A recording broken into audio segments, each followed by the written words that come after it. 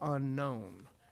And so one of the other things that, data points that we collected as we tried to obtain the parents' intent and their choice of how they would come back to school, we also collected data on whether they had an internet connection. We tried to verify that. And I didn't print it out for you, but I run it this morning so I could give you the numbers. The parents that would answer yes to the question, 87.5% of parents say yes, we have internet connectivity.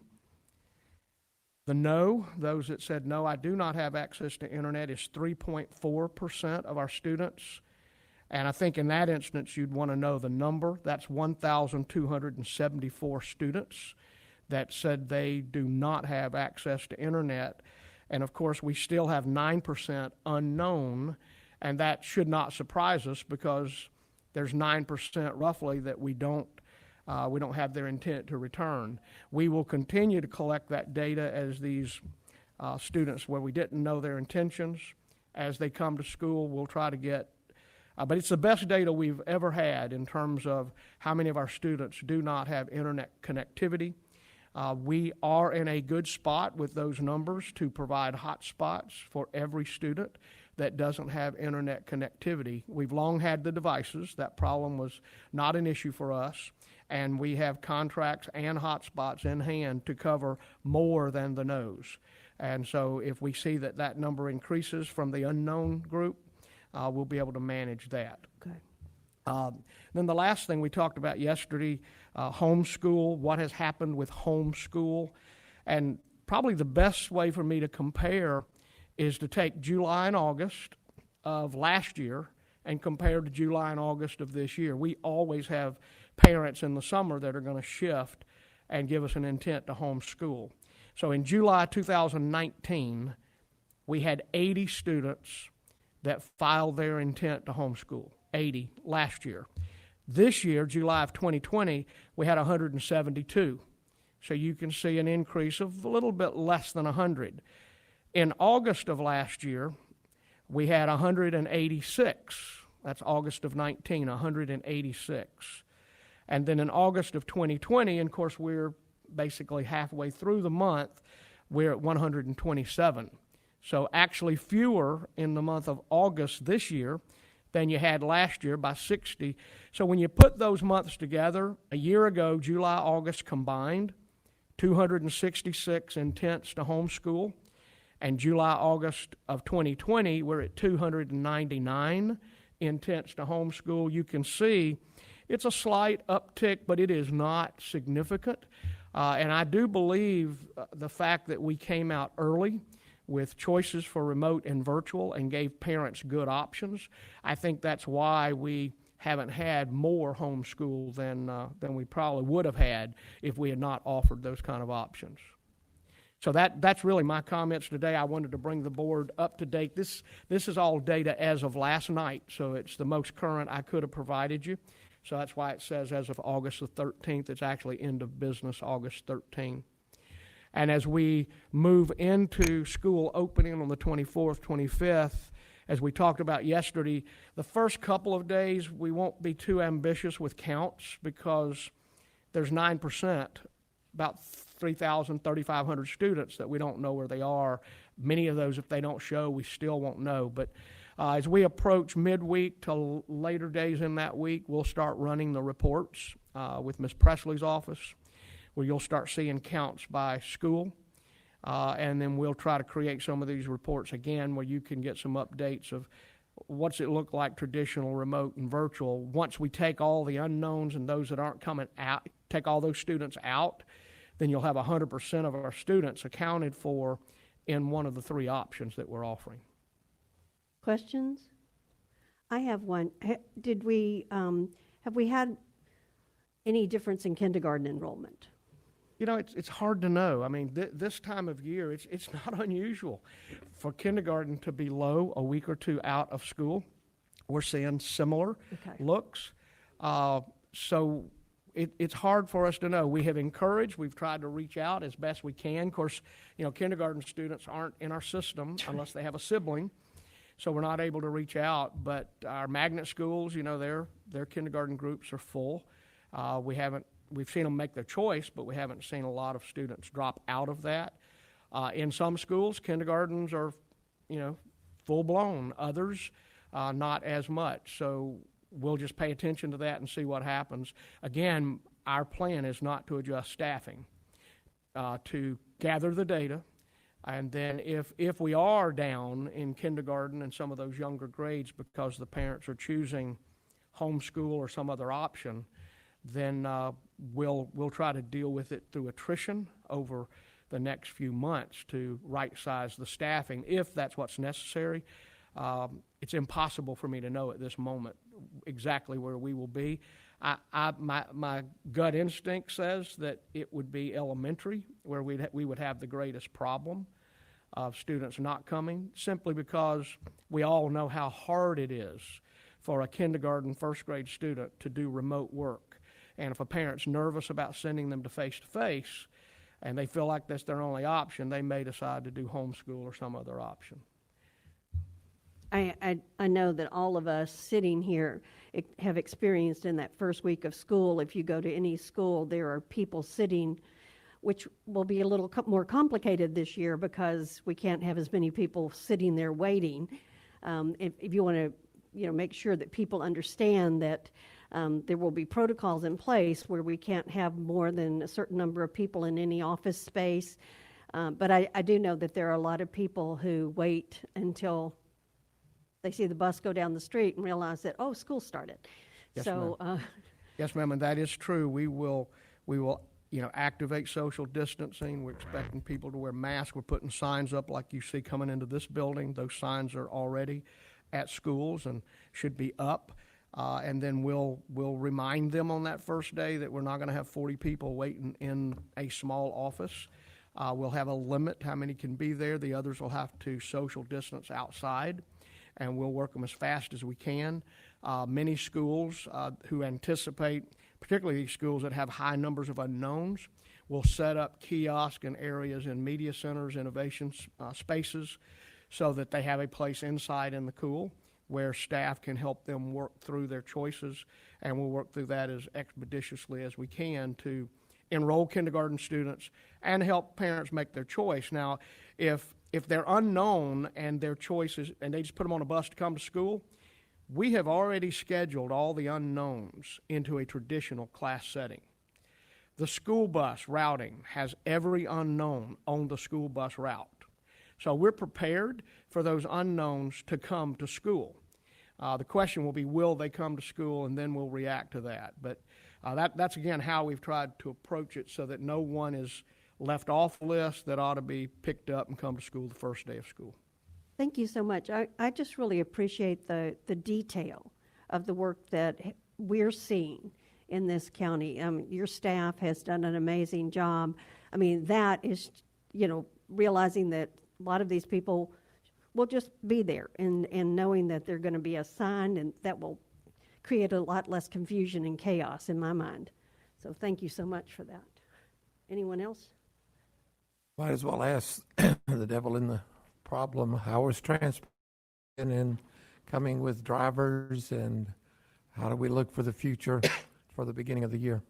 Well, again, She's if here. you look at the data, worst case scenario, you're going to have a little more than half of your students come back to school. Right. We know not all of those are bus riders, but if they all were bus riders, it's half of what we have done in the past. So our ability to distance, our ability to rearrange routes and cover, we're in a stronger position. Now, we're continuing to hire bus drivers.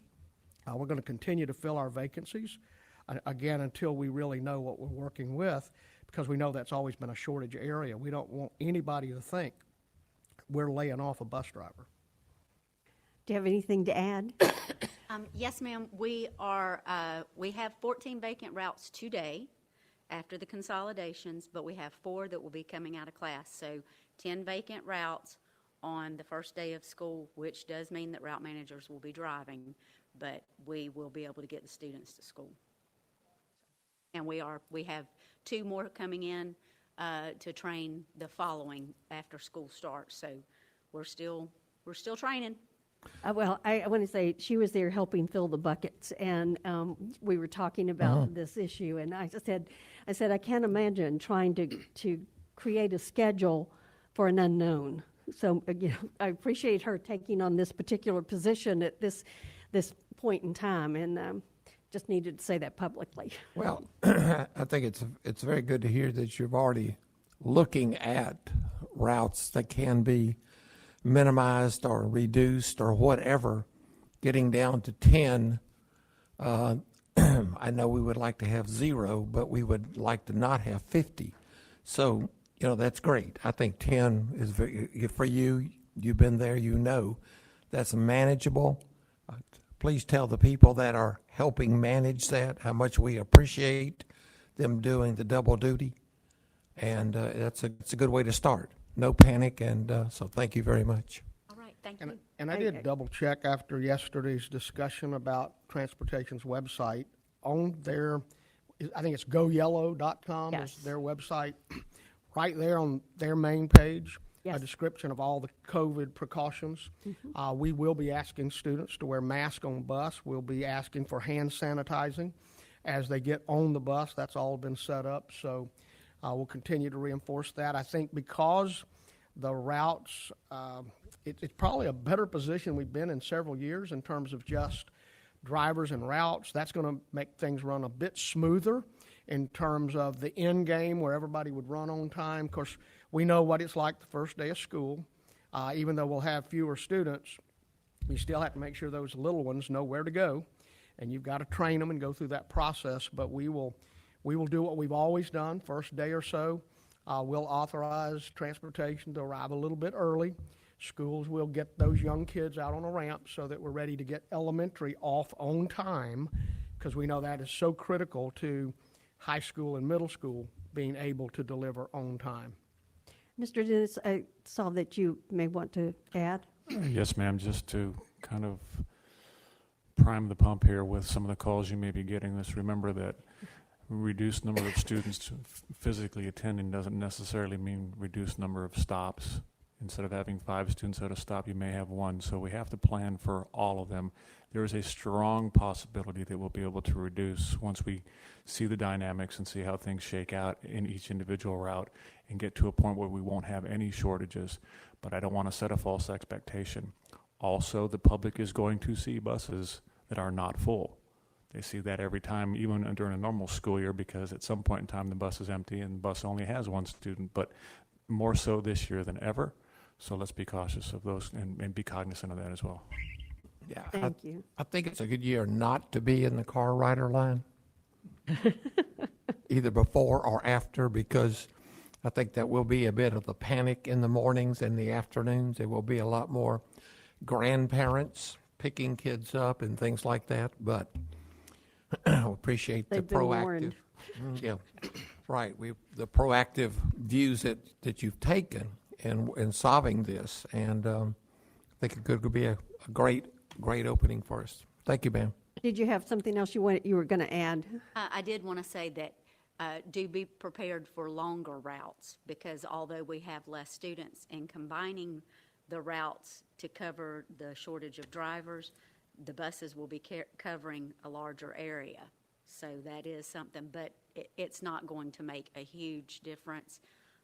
We've been very smart in our planning, so. Some of the times, excuse me, Al. Yes, yes. Sometimes some of the complaints, and I don't mind longer routes, although the driver may not like it. But, sometimes we get the complaints of, why is that bus just sitting someplace? Where you have to explain, well, they're waiting on the next, well, why don't you let them do something? Well, longer routes lets that happen. And so I think that's a very proactive way. So thank you. And I know that normally our principals will be making call-outs to the people, because to help everybody understand to be patient, because we will have longer routes. You're going to get to every stop. Don't give up, kind of thing. So, and hopefully we'll have some public relations information going out. So, I think it's good to let people know that we're we're going to pick you up. Just stay there until, if you're at a place where we normally pick people up, right? Okay. Can I just say, I think it's very important if we can get the media to help us on that. You're right, stay there in the mornings, but don't panic if they're not on time in the afternoons. I get more calls on afternoons than I get in the mornings. And it's just a matter of just wait, it's the first day. And you don't let a kindergartner off the bus if there's nobody there. You have to try to make sure that somebody picks up that child at the stop. So it takes a little longer sometimes. So just think, so if we can get the media to help us there, that would be wonderful. Well, I know we've got a lot of software that also helps us make those call-outs if a bus is running significantly late. Mr. Dennis, you want to remind us of those things? I'd be happy to. I know Ms. Hart can do that as well, but Yeah.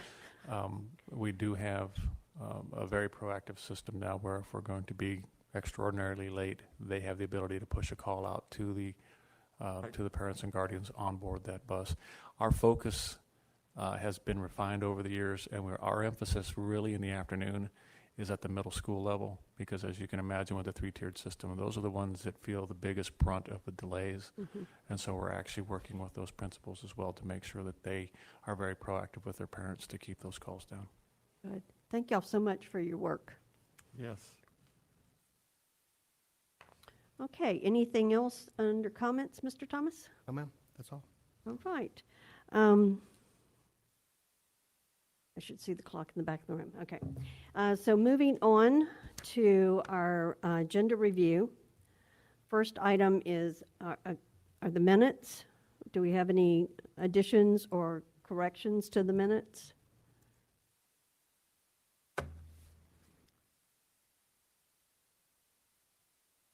Okay. And then we move to new business. We have an item for adoption. It's our Escambia County Student Progression Plan that we put up to adopt in, June.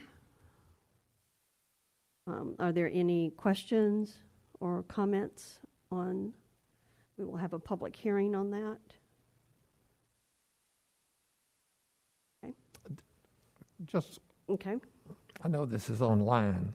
Do we get printed copies of these for our offices? Printed copies? I don't You- think so. It's all, Ms.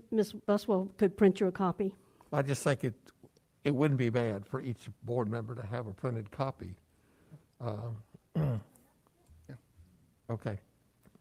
Because sometimes it's easier to grab something even at home or the office to look at and say, this is the document they're talking about, and this is the document we live by. I don't need a copy, because I would probably not be where I was at the time where the printed copy was. So, but get Mr. Slayton one. Anybody else wants one? Dr. Edler, would you like a printed copy of the student progression plan? Okay, thank you. Okay. All right, and then we have an item to advertise. This is the exceptional student education policies and procedures. I think Mr. Marcanio and his team reached out to everybody, but are there any questions about this?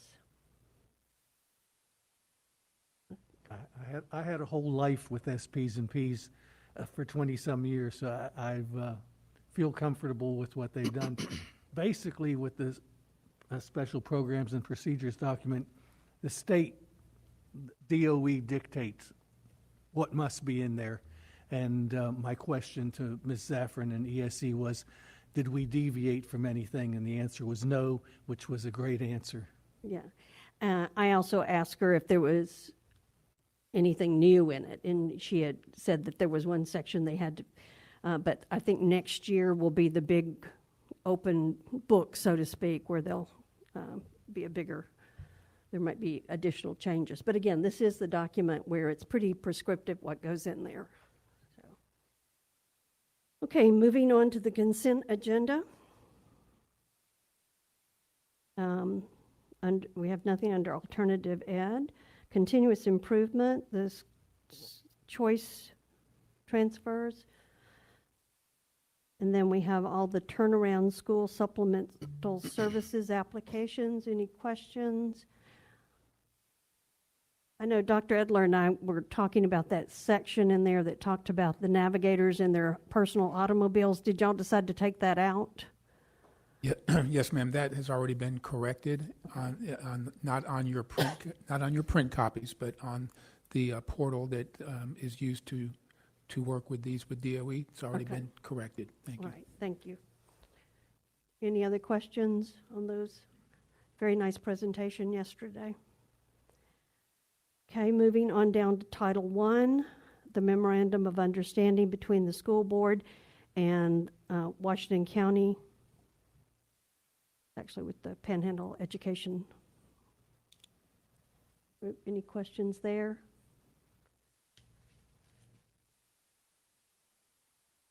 Under workforce, we have adult education and family literacy, adult general education. Any questions? Nope, okay. Finance.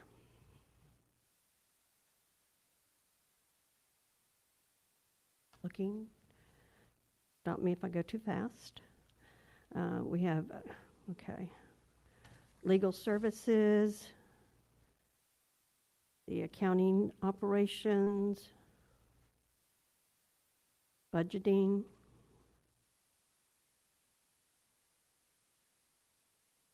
the financial status for the employee benefit trust. Then we have purchasing. I had a few questions, but I got them answered. The purchasing things. Anybody else have questions under purchasing? Under facilities planning.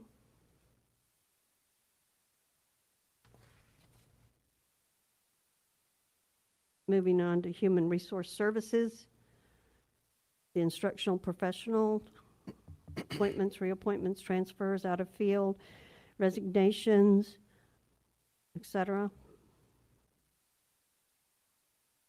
I did ask Mr. Leonard if we were tracking, and no, I think he's prepared to answer about the retirements, whether you're seeing a larger number of retirees, whether Escambia County is like the national news or not. Yes, ma'am. With resignations and retirements, following a similar example as Mr. Thomas gave earlier, we looked at July of 19 and July of 20. Then we've also looked at August of 19 and August of 20. For resignations, retirements, in July of 19, it was 53. In July of 20, it was 51. In August of 19, it was 65. And in August of 20, it was 77.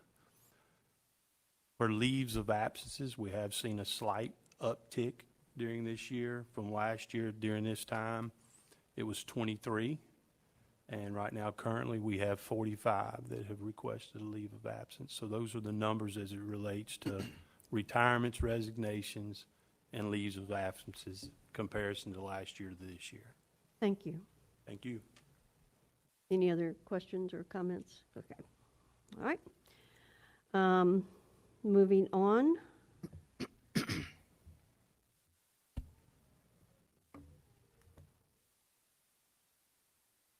Risk management,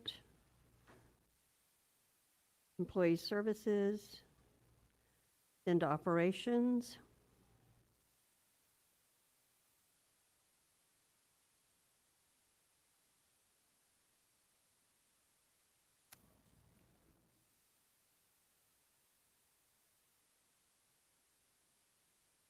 Dr. Edler, are you going to recuse on C, the lease agreement between Escambia County School Board and the Community Action? Okay. All right. Just a quick question. Okay. Exactly where is the road, the whole harmless agreement at PHS? If you're familiar with the campus where the baseball field is, Yeah, you just want me to say I went there, so yes, I am familiar.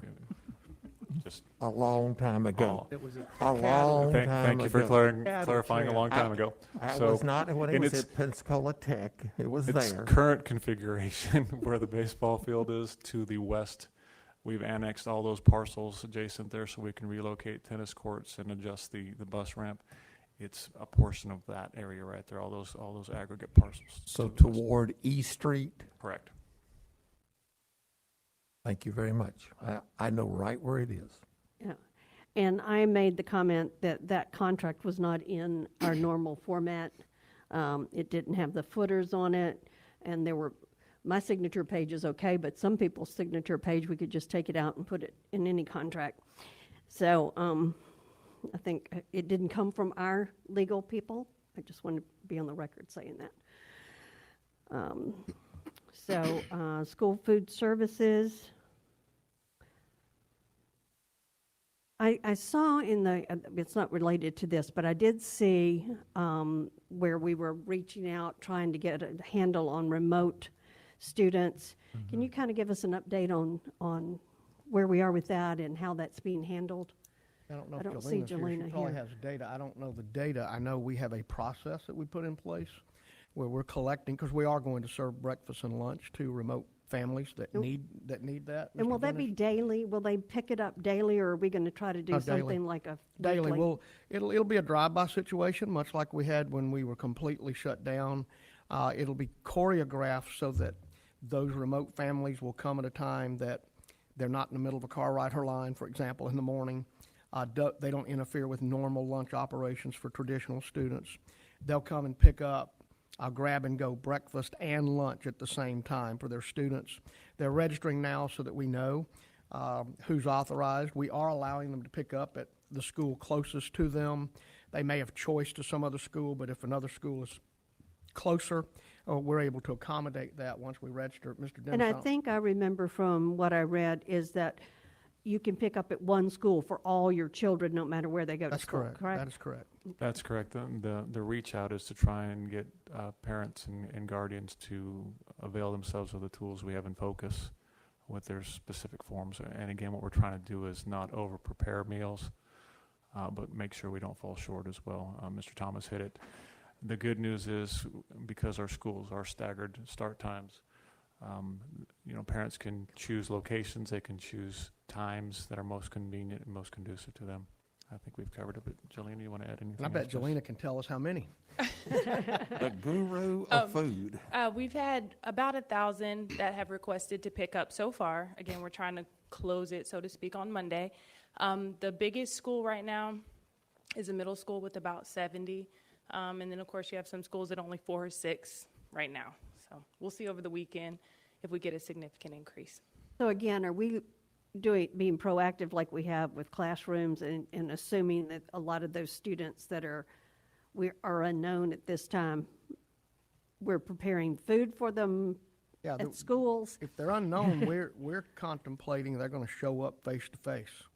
So, schools will do that. Now, what typically happens, at an elementary school is we'll do a count early in the morning, and so they'll get some sense of, give or take 10 or 20 kids, how many are in school today, and they'll prep the food for that. You might want to talk about what we're doing for food preparation, because there's no self-serve or any of that this year because of the virus conditions and precautions. The other thing I wanted to let y'all know is I have been keeping the managers abreast of the numbers, and to Mr. Thomas's point, counting the traditional and the unknown together, assuming that those individuals will show up. In the serving line, we will have the hand sanitizer at the beginning of the line. Everything is going to be individually packaged, but we're not going to give them a full meal all wrapped up together, because that would result in a lot of waste. Particularly since they're taking it back to the classrooms, we don't need unnecessary food going in the trash. But everything is individually packaged, so they'll just grab their items and move on through to whether they're eating in the cafeteria, or in the classroom, or outside. Everything will be packaged to go. If they take an item that's individually packaged, or even if you have a lot of leftover individually packaged things, do we have something that I don't know what the shelf life would be of something that's not taken that day. Do we have a process or a procedure in place so that we could donate those extra meals? So it will vary by the product, depending on if it's temperature controlled and those type things. But we're not doing any share tables this year for obvious reasons. We just don't want everybody touching everything that's already been touched. So things that can be saved, the managers will store to serve the next day or serve curbside or whatever makes sense for that particular item. Because you're right, that does help if it hasn't been on the line and stirred over and all the things that normally happen with the food on the line. To be clear, if a student selects that and then doesn't consume it, we're not going to reissue that. But product that Right. hasn't been served, we'll look at. If they're eating in their room, what is our procedure if a child decides, I don't want to eat my banana right now, but I might want to save it? So from the food service perspective, it's their food and they're Okay. welcome to save it to consume whenever it's appropriate. Okay. Mr. Fetzko? Yes, I guess this would go more to Mr. Marcanio and you all. Were the parents who selected remote aware that these meals would be available to the students? In other words, did they know from the get-go that this was a reality? Because I don't know that I even considered that we were going to do that. So there may be a lot of parents who don't know that's still a possibility. The Oh, go ahead. The question was broached in my very first press conference in this room. We had one of the reporters asked the question, and I said, well, we don't have that put together logistically, Right. but our intent is to do that. And so shortly after that, we got permission and knew how we could do it. And so we've been communicating. Okay. We'll continue to do that. We'll call out to parents that will understand that it's available if they want to participate. That's what we've been doing. As the remote teachers work with families and they sense that there's, a need for food, teachers, again, they're always our first line of defense on these kind of communications. As they teach their children, they can help make those announcements so that families and students are aware. Thank you. I think it's great. I'm glad we're doing it.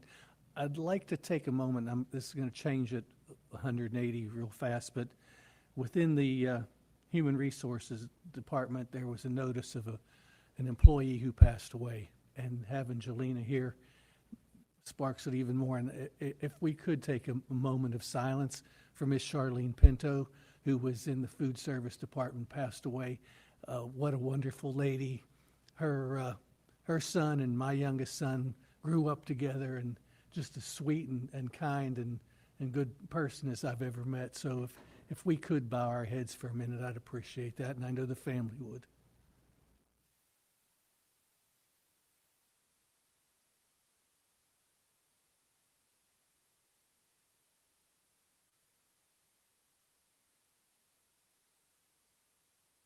Thank you. I appreciate you doing that. Because I'm here, just a couple things for the community to understand. It is for only students enrolled in the school district. So unlike during school closure where it was for anyone 18 and under, I just want to make sure everyone is aware of that.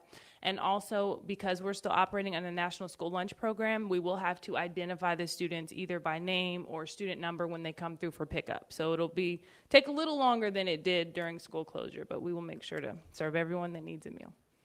Thank you. Thank you. Okay. Wow. Good job with the staff reaching out to everybody and getting their questions answered, because I had 3 pages of questions. So we are actually finished with the agenda, but we don't have our time certain until 10. Is there anything else that would need to be discussed prior, or do we want to just take a break for a moment? And we'll see, I can see if they, Let's okay. take a break. We'll take a break. All right. We are recessed. Recess. We're going to go outside and play. You two need to get some exercise so that you can We need to go. use up your